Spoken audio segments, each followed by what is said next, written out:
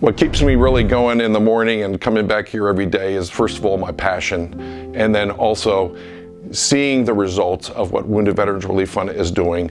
You know, seeing the relief that we're providing the veterans and their families, to hearing those stories of veterans getting the care, hearing the cries on the other end of the telephone, you know, of veterans getting the help. And they're struggling so much. And then once you tell them that the relief is here for them, it's huge.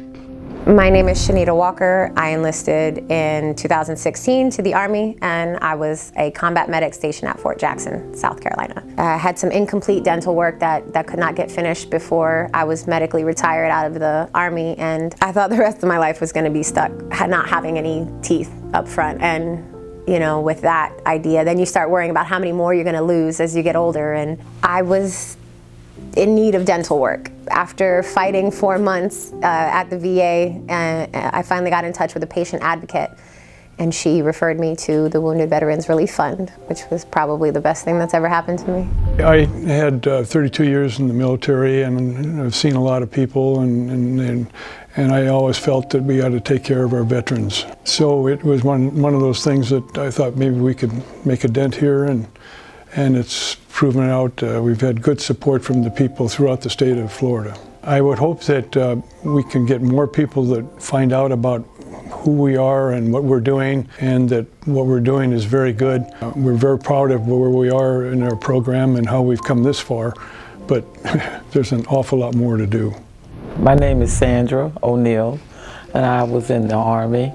I was an ammunition specialist. When I got out of the military, well, I went in right after Vietnam, so I had dental issues, but once I got out, they told me that I could go to the VA in West Palm Beach. But once I went to West Palm Beach, they said that I couldn't be seen there.